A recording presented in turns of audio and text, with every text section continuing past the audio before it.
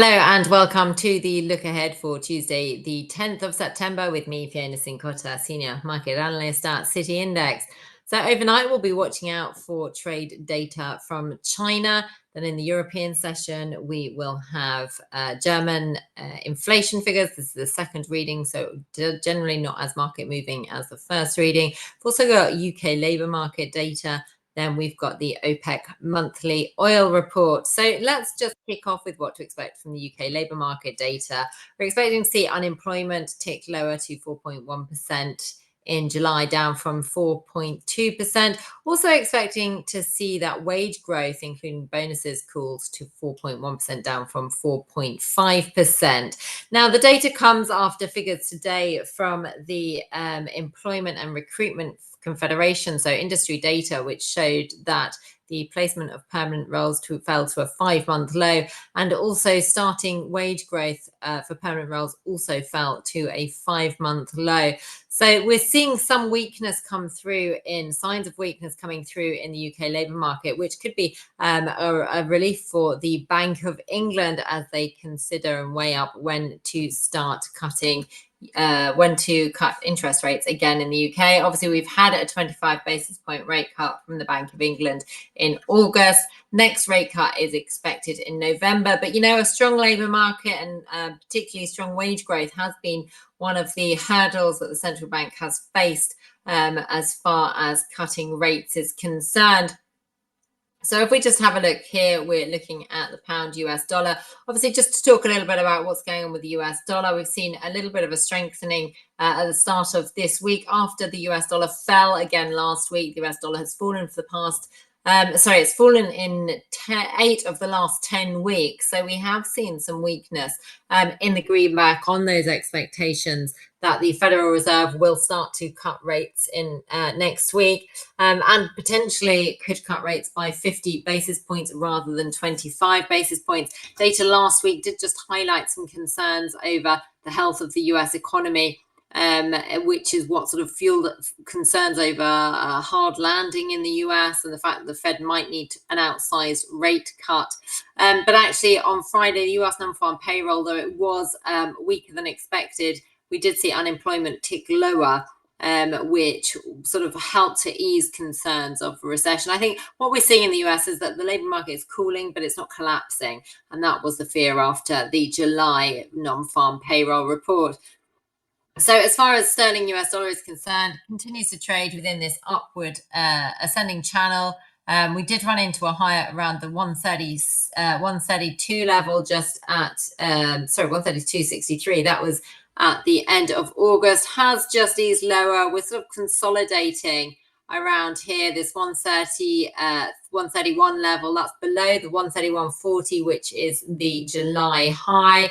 I think, you know, as far as levels we're watching out for, if we do see a weak data and the pound actually falls back towards that 130 level, then that might just start to sort of negate the near-term uptrend. Below there, then I'd be watching out for really down here where we get the bottom of that, the lower bound of the rising channel, which is around the 128 level. And then below that, you've got the 127.30, which is the 200 SMA, which is quite some way off yet.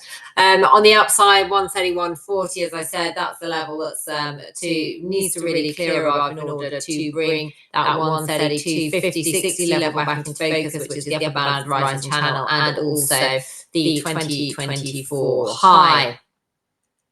So other things to be watching tomorrow, I think, is going to be the FTSE 100. Not only have we got, as I said, UK trade data coming, UK labour market data coming in, we've also got the trade data from China, which is expected to see that both imports and exports have fallen, grew at a slower pace. So if we do see that, then we might see that represented in concerns over the health of the Chinese economy, which tends to weigh on the heavyweight miners and resource stocks in the FTSE, and can cause a selling off in the FTSE given their heavy weighted status.